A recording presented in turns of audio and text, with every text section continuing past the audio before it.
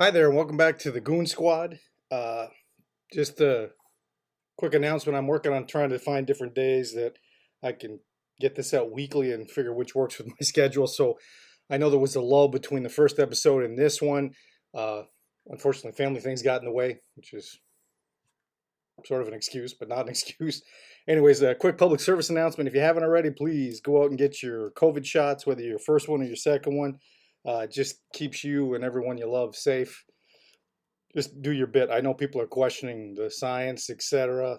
Um, I can say I've had both my shots. It's because I'm trying to keep my family safe more than anything else. Consider it selfishness or narcissistic behavior on my part. Um, my wife works in a medical office, and I teach. So, not that I've been around students lately, but again, I'm trying to keep my family safe. So, just think about that. If you haven't already, you're on the fence with the variants out there, please go out and get your shots. If not for anybody else, just to keep yourself safe. Anyways, uh, today we're going to talk something nerdy, tech related. Uh, my wife last night announces to me after we've dropped my daughter off at her grandparents for a week of away from us, as my wife claims she needed it, aka the kid, and my wife needed it. Um, she announces to me last night that she waited until the kid was gone to tell me that my daughter has locked herself out of her phone.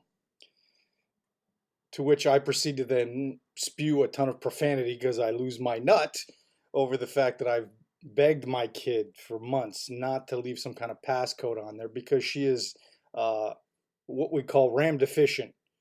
Now, I'm not trying to make fun of my kid here. I'm just pointing out that my 12-year-old, almost 13-year-old, well, will be 13 in October, um, creates these numerical passwords and then seems to not remember them, or just they leave her head. She never writes them down. She never tells them to us. And my wife and I are of the mindset that we're doing this to protect her. She's doing this to protect her privacy on her phone. And I'm like, you know, your mother and I pay for that phone. If we want to look in that phone, we'll look in that phone. And having a passcode there is really, just you're asking for trouble. So my wife announces to me that it wasn't just a numerical thing. She was able to change it to some kind of word, but then she's got the spelling skills of a wombat. So she's typed in some word that she can no longer remember how to spell the way she spelt it when she typed it in. So her phone's locked. And I'm like, oh dear.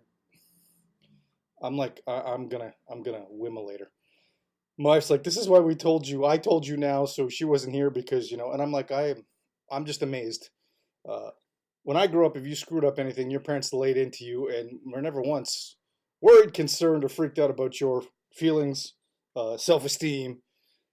You know, Nowadays I have to tiptoe around that. I can't say. Anyways, enough said. I lost my nut. So now I'm on the research track to try to figure out how to unlock this thing. So I think I found a solution, and if anybody knows anything about this, by all means, drop me a line or let me know. Um, there's a YouTube video guys using this program called Doctor Phone, Doctor Phone. It's some kind of Wondershare program that will allow you to bypass the screen lock, get at your phone without losing all your data. Because my wife's then telling me, well, there's a way we can reset the phone, but then we lose everything. And I'm like, oh. So if there's anybody under the age of, well, any age where your memory is shot, if you're going to put some kind of passcode down on something, I know this sounds ridiculous, but take it from old people. Your memory's not reliable. Write it down. If it's not something you're going to use every day or use every 10 minutes, or like most people do, use the same password or passcode for everything, um, write it down somewhere. Better yet, if you've got a spouse, significant other, let them have it. They'll let you know what it is. They're not going to share it with other people unless they're mean and vindictive, and off you go. So that was my nerd part of the Goon Squad talk. My other thing, and it kind of dawned on me because I spend a lot of time watching YouTube videos, not just for how to fix things that are broken tech wise or how to do this or that. Um, I've fallen down the rabbit hole with my kid, which is Funko Pops, which I've seen them all over the place. Never really got the allure of them. until and I say um, I'm going to say my kid got hooked, but really I probably I'm the pimp of collectibles in this house because I keep pushing it. And what I mean by pushing it is, I say my daughter's the collector of Funko Pops. I don't get it, but I'm the one who's like I've scoured the internet for things. I've pre-ordered stuff that I think is going to be hard to find, um, which my wife just looks at me and shakes her head, and she's like, "It's just another wasted piece of plastic in the house."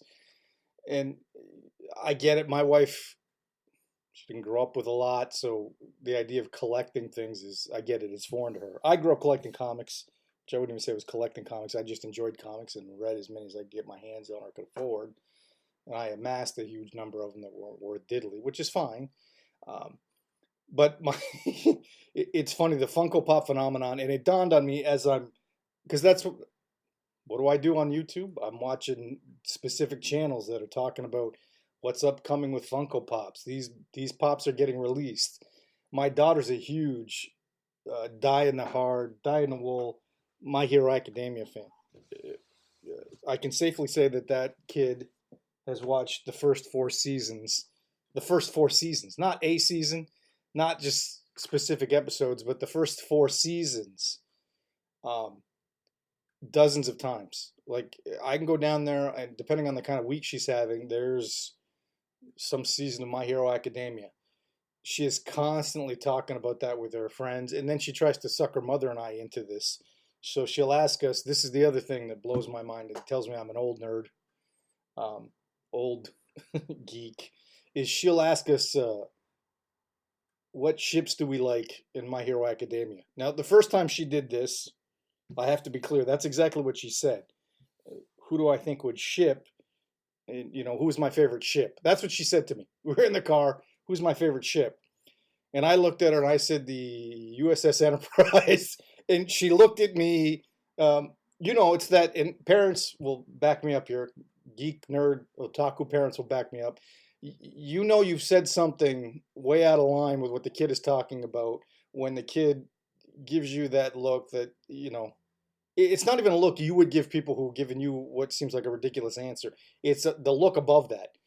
It's that look of that withering of, oh my God, I can't believe you are a parent of mine and having. And so I said to her, I said, well, what do you mean? She says, well, what ship do you? And I'm like, again, are you talking boat, spaceship? What other kind of conveyance are we talking about here? And she goes, no, ships like so and so and so and so. And I'm like, again, still not getting it. This conversation went on for 10 minutes with me and her going back. Finally, she comes up with the word relationships. And I'm like, you couldn't say that up front. And again, this has been the constant nerd style conversation I have with my kid, because she uses her current slang that all her friends understand.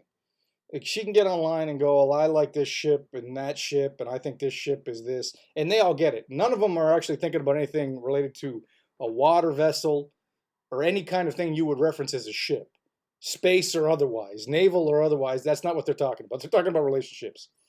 And you're like, holy, anyways.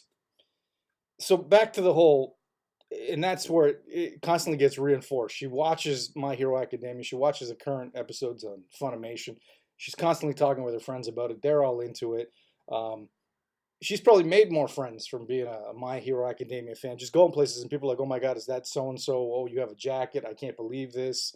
She went and got glasses. The lady at the store we bought my daughter's glasses, they spent more time talking, her and my daughter talking about My Hero Academia than they did talking about her glasses.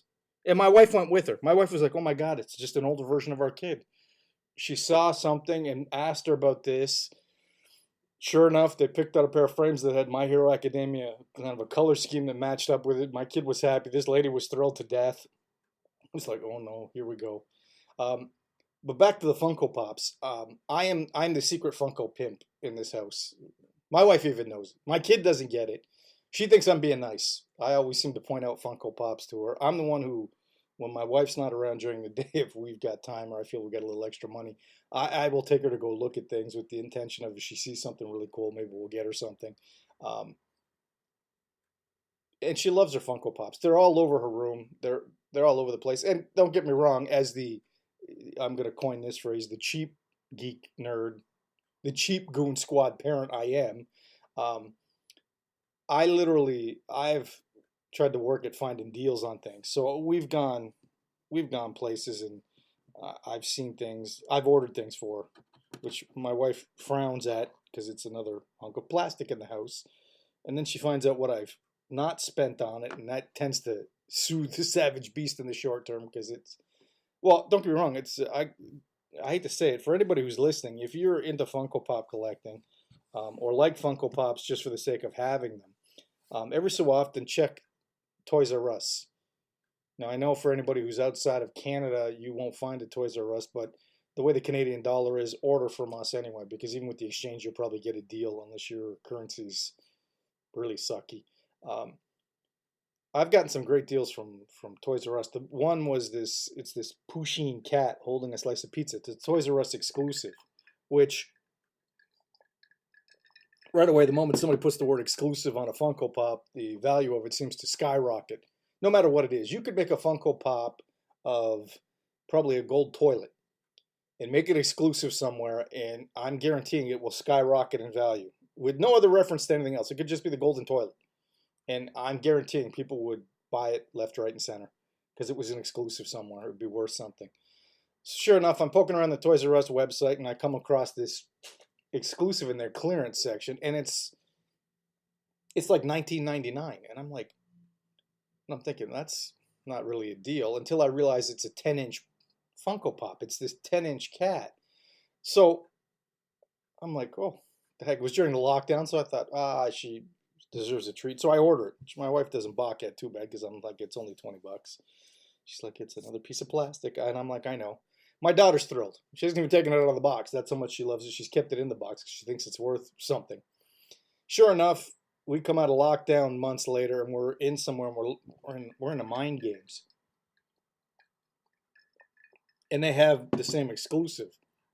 They're selling it for $60, and my daughter's like, "Oh, that's really expensive," and I'm like, "Right." And your father only paid 19 for it because I waited to get it on sale. Which, it's funny. Going back to that earlier reference about watching YouTube videos on things, I wouldn't even say it's the fear of missing out. I've been sucked into this collector's rabbit hole where I'm constantly looking at things that are coming out, specifically My Hero Academia stuff, because if it's a con exclusive, I can never get my hands on them unless I spend a fortune. Um, in fact, I got so down the rabbit hole. Um, it was the SDCC. It was the Bakugo Hot Topic exclusive. Uh, when did it? Oh, anyways, I forget when it had come out. It must have been 2019. Uh, and sure enough, I know Hot Topic's going to get them. So I call Hot Topic because I'm old. You contact the retailer directly. And the guy on the phone, I can't talk about them. If you want to know anything about them or see if they're coming or if we're getting them, you got to check Instagram because I'm that connected to social media. So for the sake of seeing what Hot Topic gets pop figure wise regularly, I have an Instagram account. Oh boy. Anyways, day comes. I know they're going to be released. So I say to my wife, I'm going to get up early and I'll go line up, thinking that I'm new to this. So I'm thinking, how bad can it be?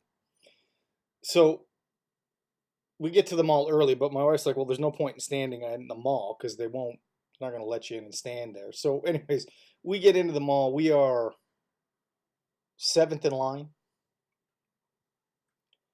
And they've got a sign up. They have 11 Bakugos, and they have.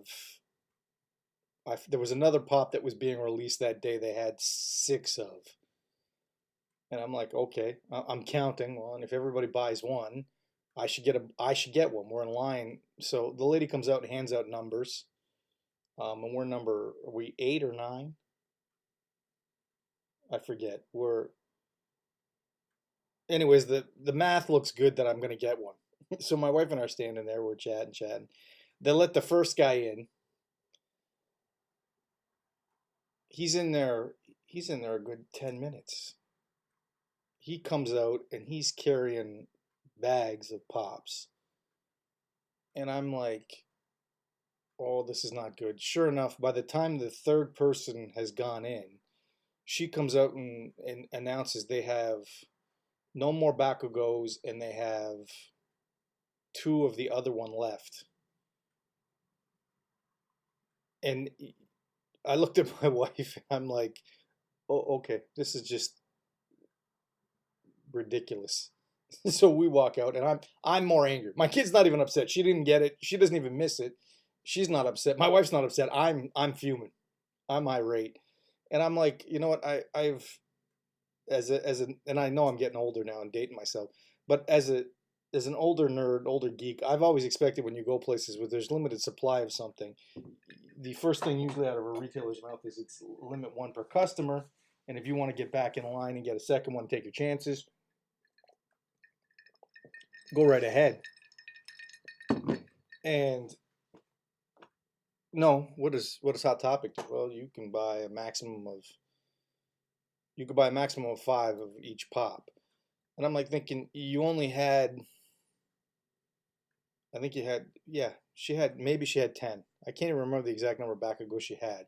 But she and I felt bad for the girl because she's out and she's like, well, and I'm like, really? You're kidding me, right? So now it's after that happened, I have been if there's sure enough, and I did it. I bought her this pop. I didn't even know this character existed because I haven't watched enough of the seasons. Ordered this pop from mypops.ca.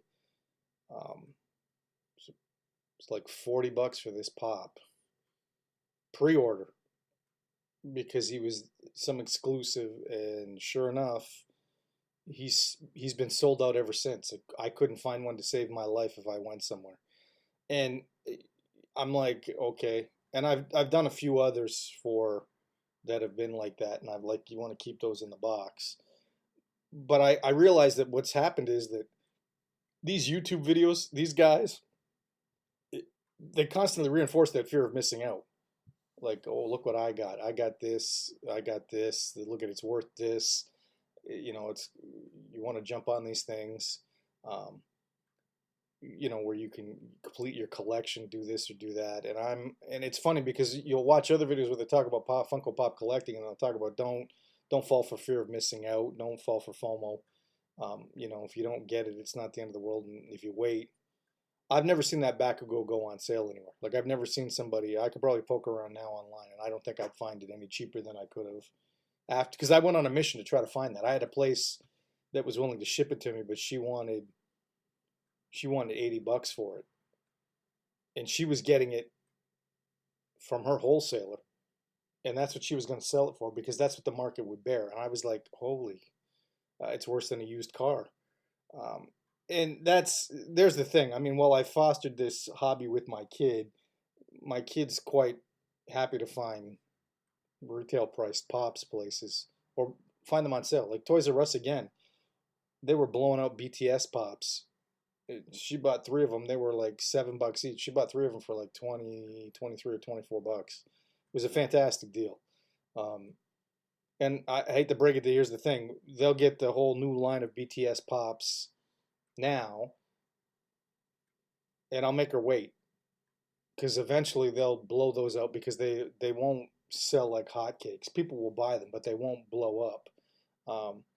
And there's the other thing. There's the funny thing about Funko Pop collecting is, um, as a parent, I know what she likes. So now she's expanded. Overwatch she loves Nightmare Before Christmas. So when I was in Hot Topic before the last lockdown in Ontario, before the holidays and Christmas, I bought her a bunch for Christmas. Like her birthday was all Funko Pops.